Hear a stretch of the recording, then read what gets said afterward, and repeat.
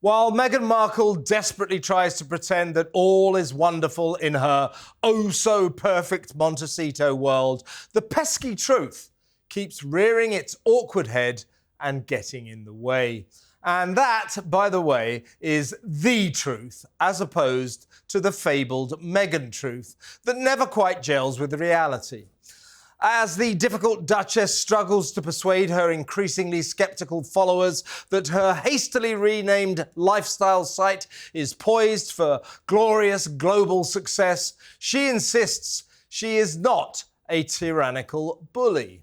Trouble is, so many members of the so-called Sussex Survivors Club who have worked for her and left say that's exactly what she is. Now, the guy who set the bully ball rolling when the former American cable show actress was evidently making life hell for British palace staff has spoken publicly for the first time. And the Sussex's ex-press secretary, Jason Kanoff, declared that he has no regrets after raising the alarm about Meghan's behaviour towards royal employees, which he described as, and I quote, totally unacceptable. Appearing on the 60 Minutes Australia special Where There's a Will, New Zealand-born Kanoff said he wouldn't change a thing and emphatically stood by his decision to alert the royal family, including the late Queen, to his belief that Meghan bullied at least 2 personal assistants out of the household in just one terribly turbulent year.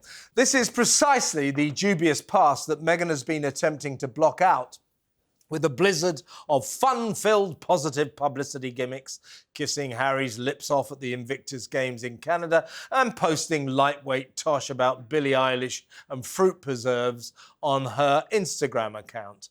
But whether the Duchess likes it or not, the bullying charges are now a permanent feature of her damaging backstory. The Hollywood Reporter published a thorough investigation of the, and I quote, Tyrant in high heels back in September, and the January edition of America's Bible of magazines, Vanity Fair, carried an 8,000-word report on her cruel antics, which sent one traumatised worker into long-term therapy. More than 20 Montecito minions have quit since Meghan moved Harry to the California coast. Meanwhile, Meghan's problem-plagued business venture remains in a deep sea of trouble. Her not-so-new as-ever brand means she cannot sell clothes thanks to 2 clothing companies with the same name.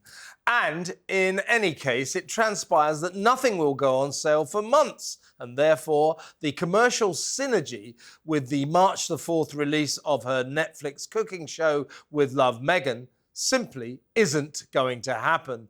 The frantic oil change to as ever has also secretly entailed the sudden reworking of old American Riviera Orchard promotional material, blotting out the redundant former words and projecting in the new. One video put out there as current even stars Meghan's beloved dog Guy, who sadly died 2 months ago. All of this frenzied 11th hour revisionism is what's technically known in the commerce arena as panic, making the best of a very bad job. Nevertheless, Meghan is adamant that in this money-spinning endeavour, Netflix are her excited partners, and it's all going swimmingly. There it is again, Meghan's truth. But an increasing number of industry critics are convinced that the truth tells a very different story. A car crash saga in which a naive minor TV star failed to spot the legal dangers in just plucking a name from the ether and becoming embroiled in a swirling mass of lawsuits and trademark challenges. An ongoing disaster that has seen Meghan make the same mistakes all over again, potentially sued not only by other firms called As Ever, but also by the Spanish village of Perores, the residents of which fume, with some justification, that she's nicked their 2 birds and 1 palm tree logo. The Duchess is finding out that an amateur hobbyish interest in cooking and gardening does not a business empire make. We wish Meghan well. But as she carries on crashing around like a know-nothing kid in a china shop, her tin pot tycoon dreams of a lucrative commercial triumph are doomed to end in tears. Yes, Samara, I mean, it's quite incredible to watch this, isn't it? I mean, it really is like a naive child trying to step into the business world and tripping up at every hurdle. I mean, this is an absolute mess. Yeah, absolutely. And Jason Knopf is a real hero, and these claims couldn't have come at a better time for Meghan.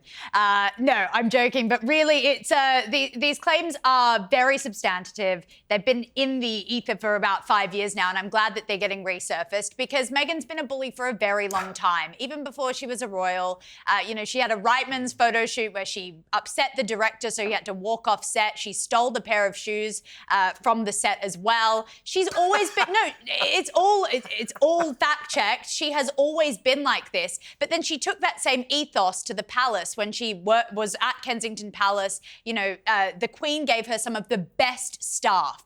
She presented her with them. She then made them cry. She's bullied them out of their jobs. Obviously, in the leaked email, 2 PAs, Jason Knopf was really concerned about what was going on there, and he whistle blew that, thankfully. But now, you know, it follows her. It follows her wherever she goes, which shows that it's not just a sort of palace hit piece. Her staff at Archwell, revolving door, all walking out. Meghan is a bully. We need to see it for what it is. And it's fine if she wanted to be a Gwyneth Paltrow and, you know, she was just trying to, she had an image that she was trying to maintain, but that's not true. We're not basically going to fall for her. She wanted to be Gwyneth Paltrow, but it turned out that she's not Gwyneth Paltrow in a major way.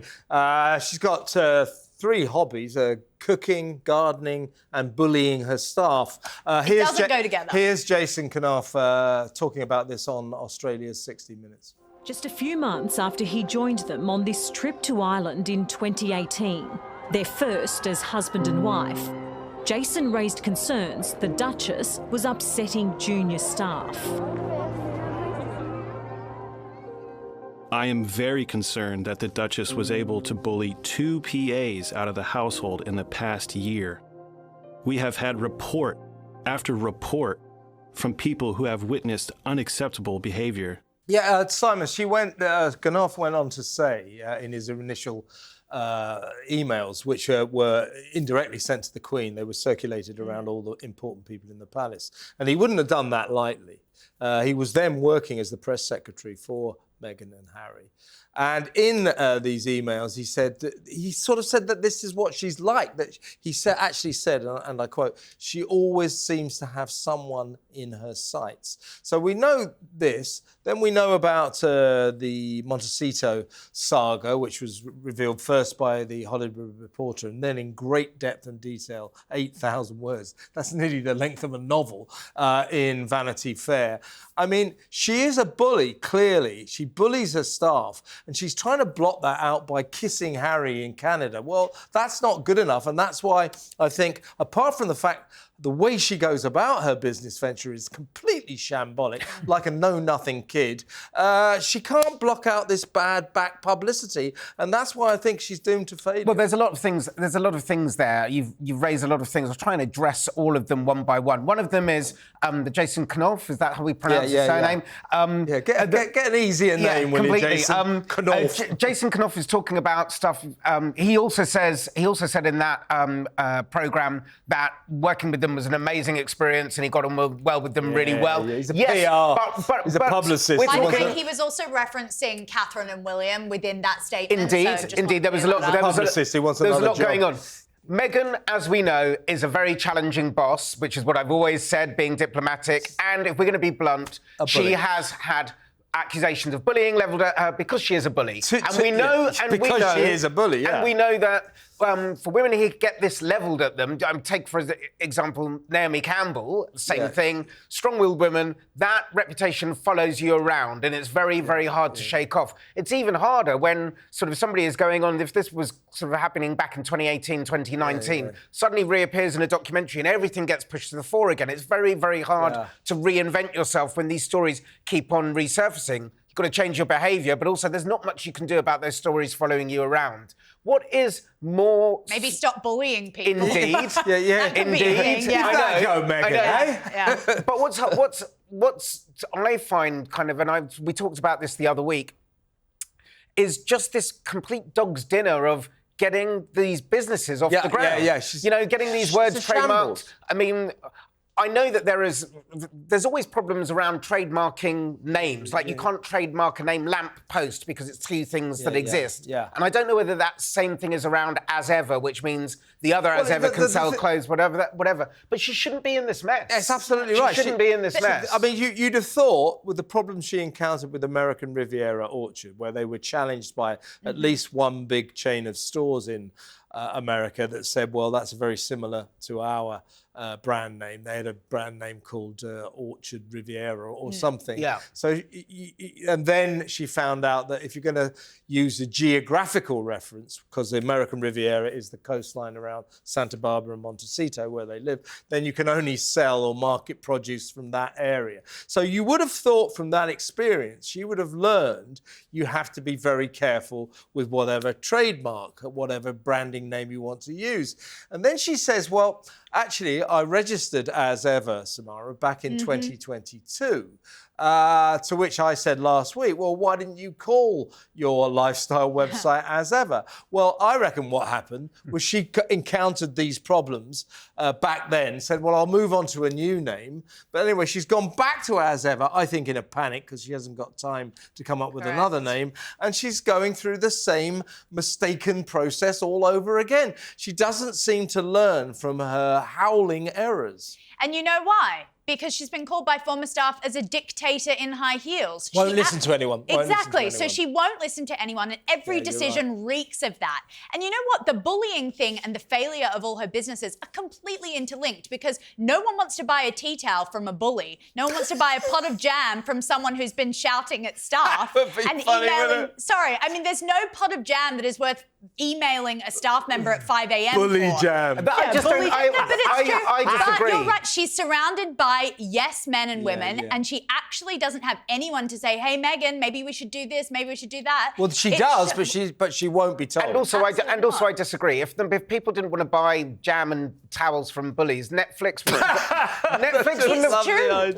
have got in bed with her and given her this commercial opportunity. Netflix are only doing it, I reckon, in a panic. We always have to be careful with the Meghan and Harry stuff, that there is conjecture and there's kind of 2 + 2 = 5, and then actually looking at the cold hard facts. The writing is on the wall, Simon. Samara, she must do a job for them. If they can do their documentary about the royals, if they can do Polo, if they can do, she can do With Love, and if she can do all these series, and Netflix still want to give her a chance at a commercial shot, they must know something. Spotify dropped her. They must know something. Spotify dropped her. And I bet you Netflix do soon. And her talent agency is rumoured to have dropped her as well. But they are set. It's William Morris. They must know something that you two don't. And listen, she is a cash cow for lots of people, and she is clickbait. And if you keep unfortunately not for herself. No, but if you keep on churning up these things and you keep on talking about these stories, what you create is a perpetual image of somebody who goes around bullying, shouts, and everything else, and is not allowed to move on. Meghan is never allowed. That's her fault, isn't it?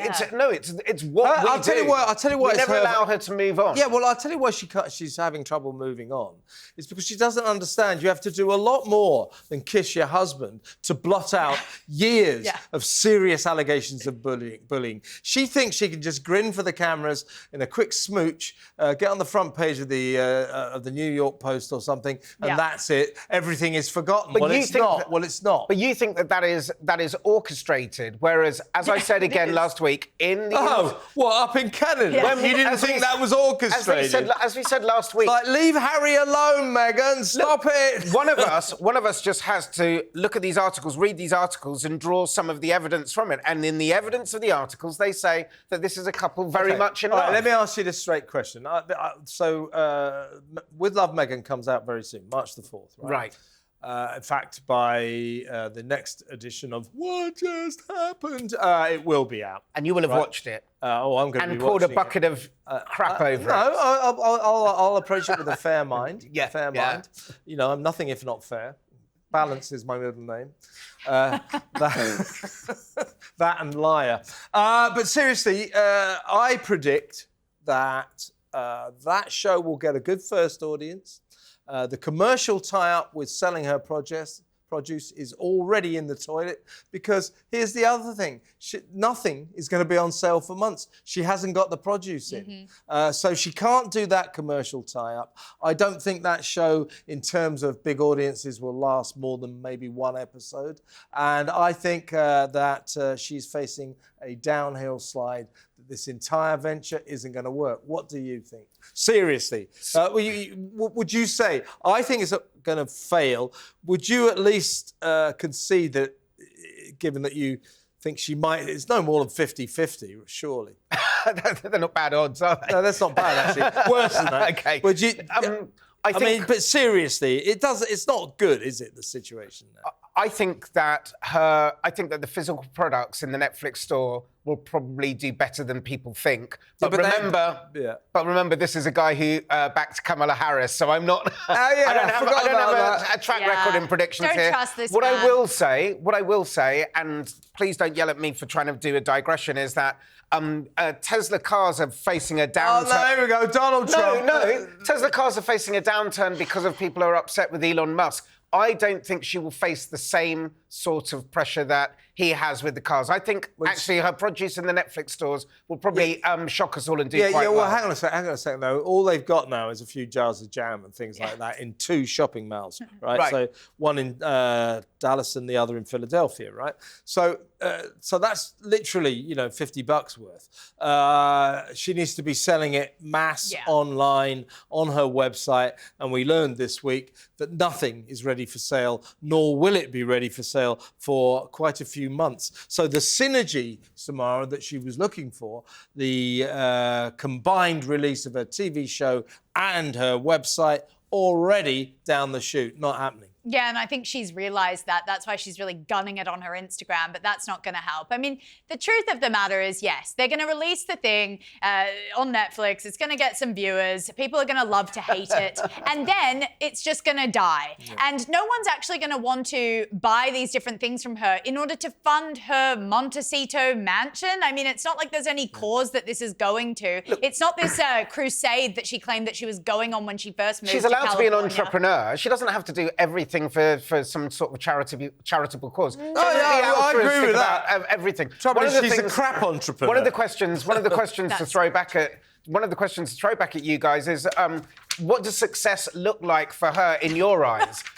Making some money, not being a total disaster, making a TV show that won't bore for America and Britain and the rest of the world. It's going to be so boring. As I always say about Meghan, the big problem with Meghan is she swallowed a bucket full of boring pills. Yeah. Everything she ever does is dull as ditchwood. You say that every week. Such a tedious woman. But somebody, somewhere in the commercial world, disagrees with you two and feels it's still worth. No, Netflix.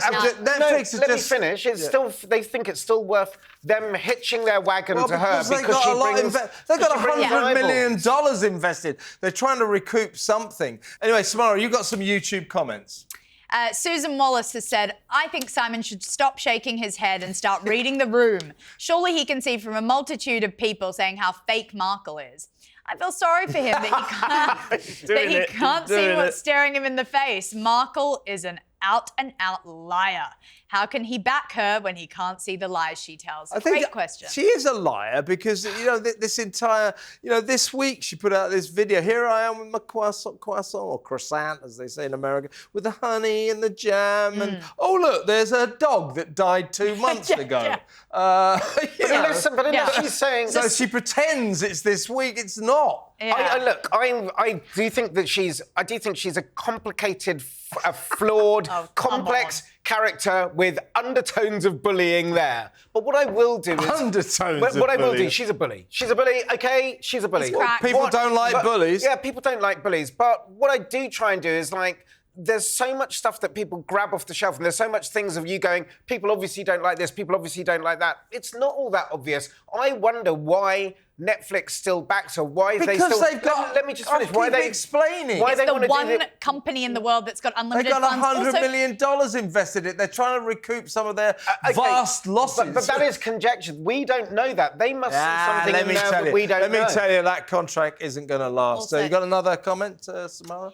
Kathy has said, why isn't Netflix stopping this already? They are not uncanny. They look stupid and suspicious. Exactly. That's exactly what I've been saying all the time. Part of it was that the deal was made when Megxit actually happened. Yeah. So it's a completely different scenario now. They didn't know that they had to wait 5 years to get content, first of all. And also, Meghan was friends with the executive. That's a helpful friendship to have. There's a woman called Bella Bajaro's head of content at Netflix. Yeah. And she was at this launch, I think it was last month, for all the season's new shows from Netflix. Funny enough, With Love, Meghan wasn't in the package, so that tells you something. But she said, it's a great show, and, she said, won't bother with the accent anymore. I don't even know what she talks like. So that was a bit unfair. For all I know, she's not American. But anyway, Bella Bajaria said, it's a great show. It's one of those shows you look at those dishes, you go, I want to know how to make that dish. I want to know how to prepare that dish. Well, it turns out there's no recipes. There's nothing like that. So what she's talking about won't be delivered. However, no one will know how to make these ladybird-shaped canapes that we all so much rely upon. However, Kev, that question that one of our viewers asked is simply asking, I am repeating the same thing that they're saying. What is it? Why is there this canniness? You two keep on saying, and you've said for a long time, Netflix are going to drop out on, this is rubbish, Netflix are going to drop them, they're not going to get this from them. Yet it goes on and on and on. And so then you pivot and go, well, obviously Netflix are keeping them because they're trying to recoup some money. And so you've got a win-win in either situation. No. I think we're in the tail end of the contract, and they're just trying to recoup some money. When the contract ends, they'll drop her like a stone. There's no doubt about it. Yeah. But the contract will have ended. So therefore, you're just saying there's no... they won't renew it. Saying there's they won't renew it. No, but you're saying there's no renegotiation. That's what you're saying. Who wants to see some old cable show actress, freezing edible flower petals into ice cubes? That's not entertainment. The same people who write time for a of bad comments. ad. Adelaide Pest covers your home against cockroaches, silverfish, redback spiders, carpet beetles and black ants. The Termite Treatment Discount Plan. 6 pest treatments, all for the price of 1. Adelaide Pest Control. Did you use Adelaide Pest Control? I lived in a concrete box, so it wasn't, What's really weird, Just tapping on drawer. That's sort of like a rodent company going, we don't just do mice, we do rats and we do voles and we do shrews. No, I used to have those things all the same. Termites used to cost me a lot of money when I lived in California. You know, California is basically one great big termite town. So you have to get these guys in once a year to sort your house out. Oh, my God. There are billions of termites underneath everybody's house in California. So Is that Meghan's fault And as well? on that termite-based bombshell, we'll go to break.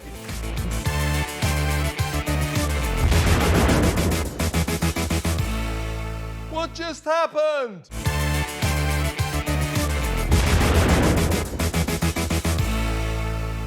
He's mad as hell. It's Kevin O'Sullivan. Welcome back. This is part 2 of What Just Happened, and it is time for our assessment of what the great big story of the week is. It's called The Big Moment, so this. 3, 2, 1. Yay! It worked. And this is our big moment of the week. You might not agree, but it was interesting anyway. It is Donald Trump shaking hands with that little pipsqueak from France. What's his name? Emmanuel Macron. There he is, little guy. Anyway, they're shaking. Look at it. Look at it.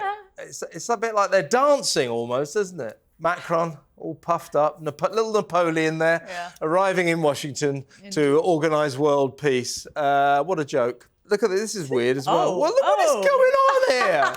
About to climb into bed together. Yeah, how bizarre. What? He's kind of strange, isn't he, Trump, with some of these meetings? You remember when Theresa May went there and she had to help him up and down the stairs? Yeah, I do remember. Did I just hear you say he's kind of strange, this Trump? That's what I've been saying for years. Well, no, I don't. I think liked he it. is strange. I think he's very unusual, to say the least. He's unpredictable. But He's odd. He does this thing. He's a remarkable man. He's known for doing this handshake thing and kind of doing a sort of, it's a thing that some idiot men do sometimes, and you meet them and they squeeze your hand as hard as possible and pull you around as like. This is last year. This is them last year. Yeah. I think that's in France, isn't it? And Trump goes in for the handshake so much that if you go in close on his hand, he's got this massive bruise there.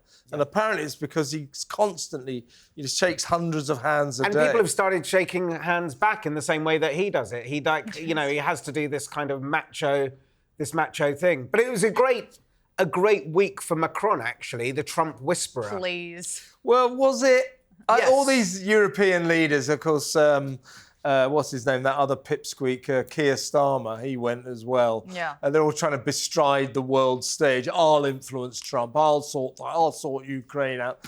Trump could give a rat's backside. He just thinks they're a bunch of woke, weak idiots. Sorry, go on. No, it's the Trump effect, isn't it? He's actually making all the leaders finally up their game when it comes to these things. I feel like I've never seen Macron so vivacious and vibrant. I mean, genuinely, because he knew that he had to turn it on. I agree. He certainly achieved more than Starmer. I think Trump probably takes Macron more seriously than Starmer. Yeah, I think he probably does as well. I mean, look, Trump and J.D. Vance and the other guy whose name I forget who went over there shook things up by sort of saying Europe has to pony up, and Europe is ponying up now. You mean the and I think yes, and I think that's good. I think that's good, and I think that is the Trump effect. What has been more concerning for people is the war of words with Zelensky calling him a dictator and everything else. And no, Zelensky Zelensky goes to Washington as well. It works. But let me just make and Zelensky's giving him $500 billion worth of rare earth minerals. But let's just make this point, and that is where people were worried and where people felt that they had to kind of go and sort of deal with Trump is his non-condemnation of Putin and seemingly giving Putin a pass, and the Trump administration not being even being able to say that it had been an invasion. Look, already, people say, oh, America and Russia are going to do a deal without Ukraine. They never would have done that because it was not a deal. It's not a peace deal. So Zelensky in Washington, obviously, things are proceeding well. And I read this thing about Trump the other day. It was quite funny. It said the thing about Donald Trump is his uncanny ability to reduce every world issue to a real estate deal. And of course, in Gaza, the Riviera of the Middle East, he's now shared this clip. It's AI, of course. It's not actually his film, but he has put it round. He's put it on Truth Social. This is how Donald and indeed others envisage Trump Tower Gaza, Trump Gaza, whatever it's going to be called. Take a look at this. Trump Gaza shining bright, golden future, a brand new light. Feast and dance, the deal is done. Trump Gaza, number one. Trump Gaza shining bright, golden future, a brand new light. Feast and dance, the deal is done. Trump Gaza, number one. So, Trump Gaza, should we go on holiday there, vacation when the time is right? It shouldn't take too long to build that, yeah? I'm not going on holiday. You're not going to go to... We're not going to go on holiday. There's two reasons that you won't be doing that. One, you don't want to go to Trump Gaza, and two, you don't want to go with me. Sorry, go on, Samara. No, that's unusual for you to allow Samara to speak. What would you like to say, I was going to say it's just very smart. It's what China's been doing for the last 10 years through their Belt Road Initiative. It's called developing countries that already have extremism in them and getting the extremism out. I think the best way to amend Gaza is actually to just flood it with investment so that extremists don't grow. And I think Trump's got some great plans. I don't blame him for trying to make it into a real estate investment. So what we could have lots of bars there. We could have the Hamas bar, the Hamas sports bar. We could have a disco there. It's kind of club called the Let My People Go, that kind of stuff. It could be great, I think, don't you think? Look, when I first heard about the plans and everything else, Trump Gaza. When I first heard the plans and everything else, I thought there was something quite revolting about it, and that video is quite revolting. However, Samara has a point, and the Israelis sort of argue that at one point when they pulled out of Gaza, that they left it, and there's kind of prime waterfront there that can be developed. Could be amazing, couldn't it? But before you can even get there, then there's two states here that need to recognise one another and that need to kind of get there, sit around a table in a grown-up way with adults in the room who can forge a deal, which is knocking that extremism out on both sides as well. I would say that on both sides. I'll sound a kind of cautious note on this. I like the idea. I think it's great. I mean, if you could turn Gaza into that we're looking at, I think it'd be a fantastic development. But there is, Samara, the slightly tricky problem of what you do with 2 million Palestinians. Yeah, it's interesting to come to the realisation that Egypt, Saudi Arabia, Qatar... Oh, they don't like that. Interestingly, they don't want any Palestinians. Yeah. I wonder why. Yeah, well, really I think there's only one set of people who get on with the Palestinians worse than the Israelis. That's the rest of the Arab world. Correct. They don't want to know the Palestinians. Well, it's ultimately, I mean, if we want to do kind of a history of that sort of Islamic extremism, you have to ask, in which countries was it born in, from which countries was it exported? But yes, you're going to have, like I say, before you can even start thinking about Trump Gaza, you're going to have to flush out this extremism on both sides as well. Netanyahu... Wait there, Netanyahu does have a massive problem with right-wing Israeli Zionist zealots. Excuse me? Did you just call someone who wants a two-state solution a Zionist? Are you mad? No. Benjamin Netanyahu is defending his people. How dare you, I'm not calling Benjamin Netanyahu. I'm saying he's You're calling him a Zionist. You're not listening to me.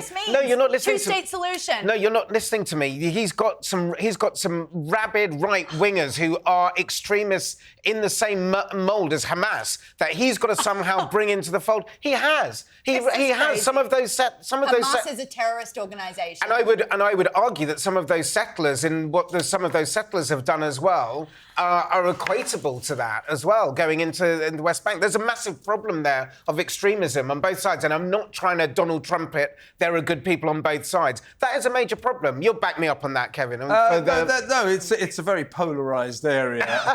Benjamin Netanyahu didn't strangle babies to death. Thank you. You know, the thing about Trump is... And I never said he did. The thing about Trump is he is a bit sort of real estate obsessed, but he does have these visions. He has these ideas. And in an uncanny number of occasions, he brings them to reality. He makes them happen. I mean, look at what he's doing now. He is forcing things to happen on the world stage. He's going to force a Ukraine peace. People will criticise him, but I think it's a remarkable achievement. And when you look at Trump Gaza, that will bring, if it happens, that would bring a kind of a peace, an extraordinary kind of a peace to the most troubled region in the entire world, wouldn't it? Well, yeah, it's like what Seb Gorka, Trump's now deputy assistant, said to you on your show last night. We make the impossible look easy. Yeah. And that is what he's doing. It's mad how he's been able to get all these different world leaders to come to him. I don't think he's left the United States yet, which is also a power move in itself. They've all come to him. They come to him. Yeah, and they're all ready to talk. Yeah. Even Putin himself. The mountain doesn't go to Mohammed. I guess what I'm saying... Precisely. I guess what I'm saying as a Brit then is people would find it very strange 20 plus years ago to talk about Trump Belfast without there being a Good Friday Agreement. That's what I'm saying to kind of put this out there as like, this is the utopia it could be. You've got to kind of clear that up and you've got to bring both sides to the table. And so in some ways there's something kind of a bit childish about it, a bit demented, actually. You could say that his peace drive for Ukraine has got a kind of naive, childlike quality to it. Right, let's just smash some heads together, stick them around a table, and make it happen. And he's got this thing about him. I mean, he simplifies things almost to a childlike level, but that is no bad thing. I think that's excellent. I think we've over-intellectualized the Middle East. Not on this show. Not on this show. No, not on this show. We never over-intellectualize anything. Definitely not on this show. That's another one of our policies. On the world stage we have, so you know our other what? Policies are... Harry and Meghan's children don't exist, Brigitte Macron is a man, and Jesus Christ, who he? Yeah, exactly right. Yeah. Exactly right. Well, in fact, the news just in on Macron is that he's married to his brother. Oh, that's right. Yeah. Dear me. I thought it was his dad last night. No, it's turned into his brother. Okay, fair enough. Stop. You got a viewer's question, I do believe. I do. So a grandmother in Manchester was visited by police detectives this week after she criticised a Labour MP on Facebook. Should we be worried about the thought police? was a Labour councillor, to be completely accurate. Yeah, I was going to say. And yes, we should. Of course, this is outrageous. This is absolutely outrageous. This woman's name was Helen Jones. Lives in a town called Stockport, which is in the north of England. She said that this guy should resign because he criticised his own constituents and everything like that. The point is, it was a perfect... She said, this guy's a disgrace. He should resign. Labour councillor. These are the detectives, highly paid detectives from Greater Manchester Police Force, knocking on her door, wanting to quiz her about her posts on Facebook and Instagram. That's outrageous. And then when she said, well, have I broken the law then? They said, oh, no, you haven't committed a crime. So, Simon, what would you say they're doing there? Yeah, there was a lot of confusion around this story. Sort of a lot of people have said that it's been completely blown out of proportion and it's misinformation. And I don't know, and I'm not going to, obviously, because we don't know the questions that we're going to be asked beforehand. This is not one that I know a lot about, but I saw that story come out and I don't think it's as clear-cut as they say. But let's pretend that it is. I would say... it is clear-cut, mate. OK, well, let's say that it is. I would say that it's a waste of resources. Exactly. It is clear-cut. I would say that it's a waste of resources, and I would want to know, without wasting resources, how it's got to that point that the police are going around. That's what they do. It's non-crime hate. It's not what they do. No. It doesn't happen a lot. Look, that's why it's news. You said you don't know about the story. I do. It's a non-crime hate incident. It's exactly the same as what happened to the Telegraph, Daily Telegraph columnist Alison Pearson and the feminist writer Julie Bindel and many other people who aren't quite so prominent. The cops go around and say, you've been posting stuff on Instagram or on Facebook. You better be a bit careful. There's been complaints. And when Helen Jones said, they said, we've got a duty to come around and tell you that there's been a complaint about you. And she said, is that a complaint of criminal activity? And they said, no. So she quite rightly said, well, then you don't have a duty to come around and tell me, do you?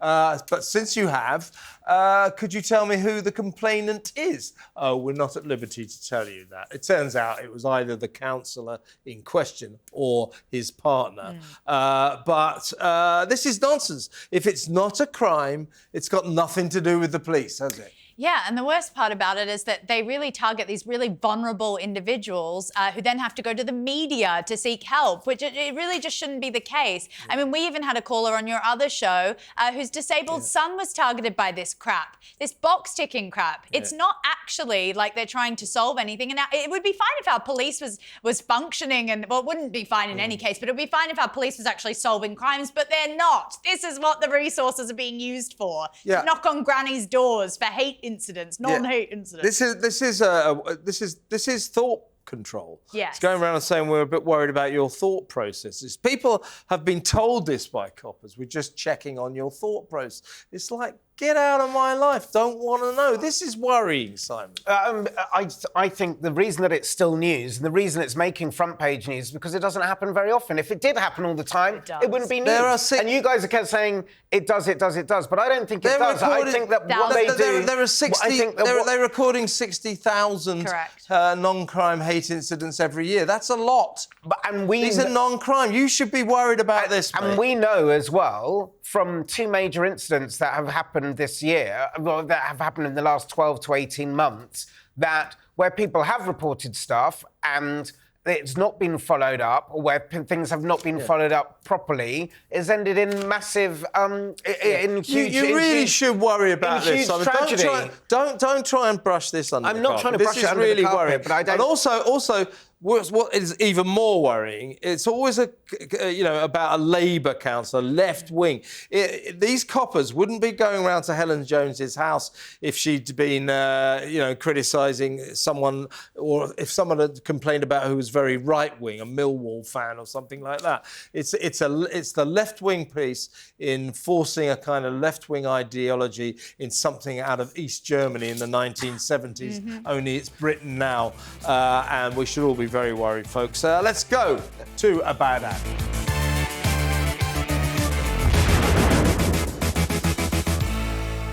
What just happened?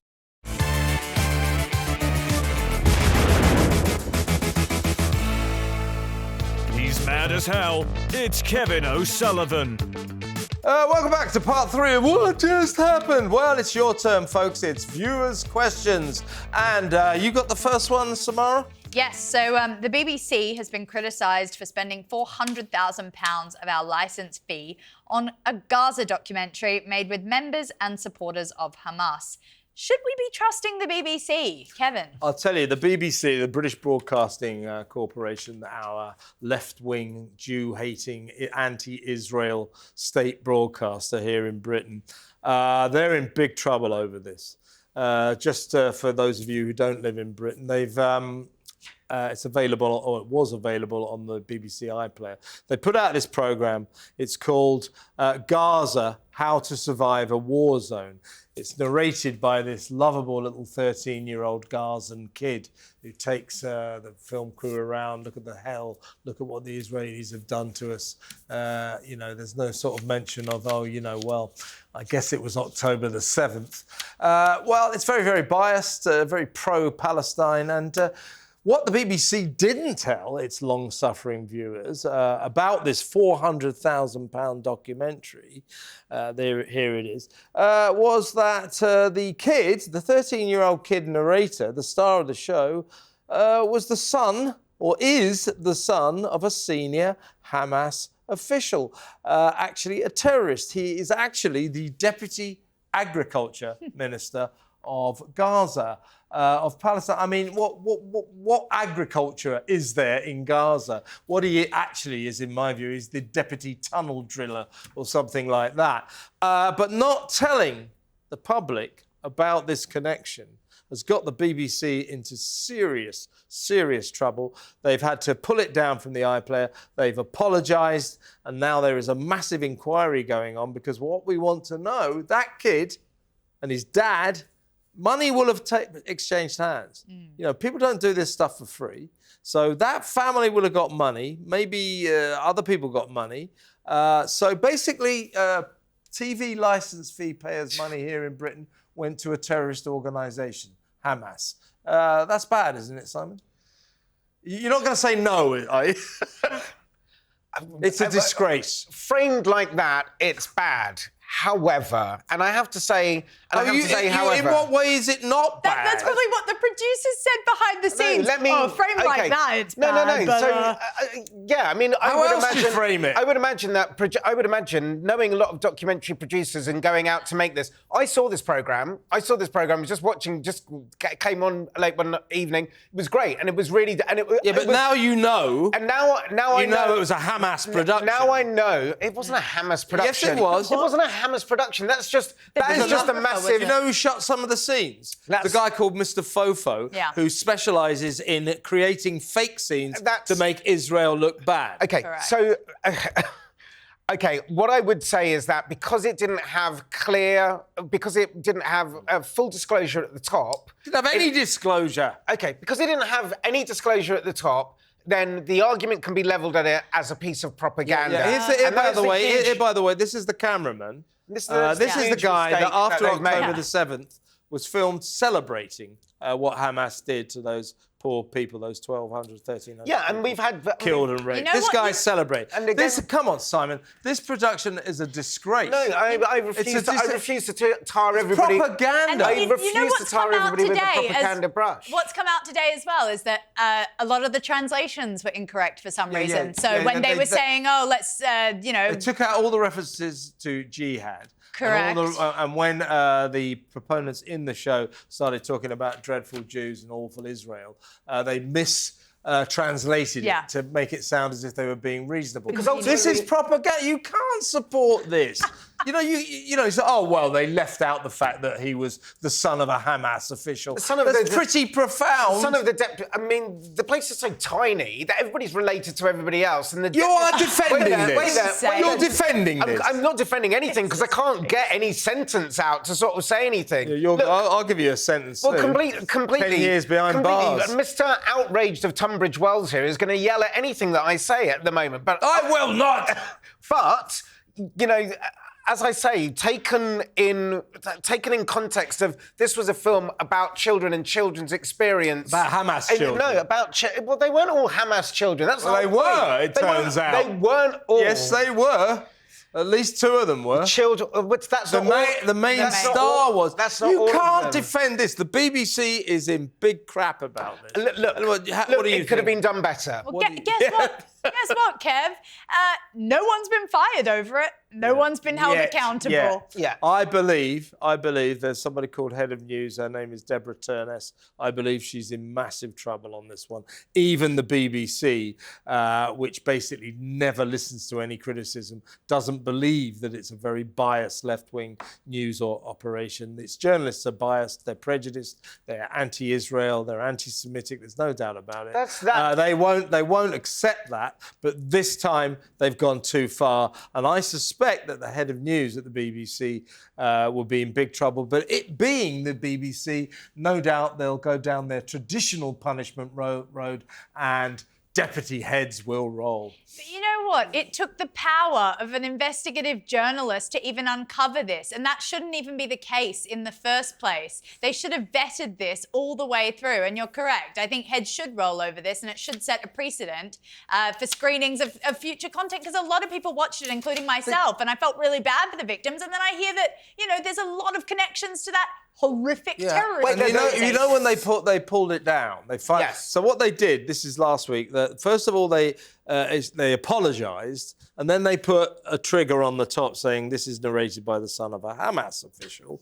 And people like me are going, well, that's not enough. You've got to take this down now. You have to take it off the iPlayer. So 2 days later, they finally shamefacedly took it down.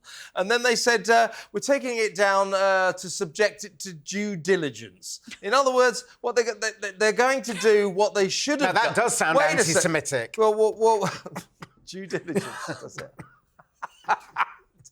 That's due diligence. That's the worst joke I've ever heard. No, I mean... to due diligence. They should have subjected this show, don't you think, as a titan of the TV industry, Simon, that they should have subjected this documentary to due diligence before they screened it? Yes, however... Well, no, don't just go yes. I mean, but what I'm going to say, and I wanted to ask Samara a question. Okay. And that is, you watched it like I did, innocent of all the furore that was going to break out afterwards. How much knowing what you know now changes what you saw in that documentary in terms... So it didn't... Thank you. See, Yes. Everything. Everything. It didn't for me. The shots... Everything. If you'd have turned down the sound... You're a terrorist sympathiser. That's great to know. I'm not a terrorist sympathiser in any way, state or form. But if you turned down the sound and looked at the images that were being shown to you, you'd have noticed the terrible continuity. It wouldn't. The fact that the kid had a different haircut in every scene, wouldn't have different been- clothes. it It wouldn't was have an been- amateur hour production. It wouldn't have for a been start. propaganda. I've watched quite a few. Come on, Simon, you cannot defend this. The BBC Well, I'm has trying to really, do quite a good job of defending it. ballsed up here. Right, let's go to a real break.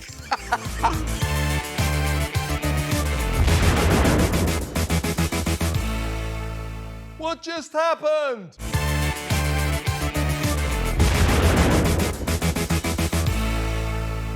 He's mad as hell. It's Kevin O'Sullivan. And welcome back to part 4 of What Just Happened. It is, of course, as always, in this section of the show, it is the complaints department where we sift through the thousands of messages we get from all over the world and pick out the rudest. First of all, ladies first.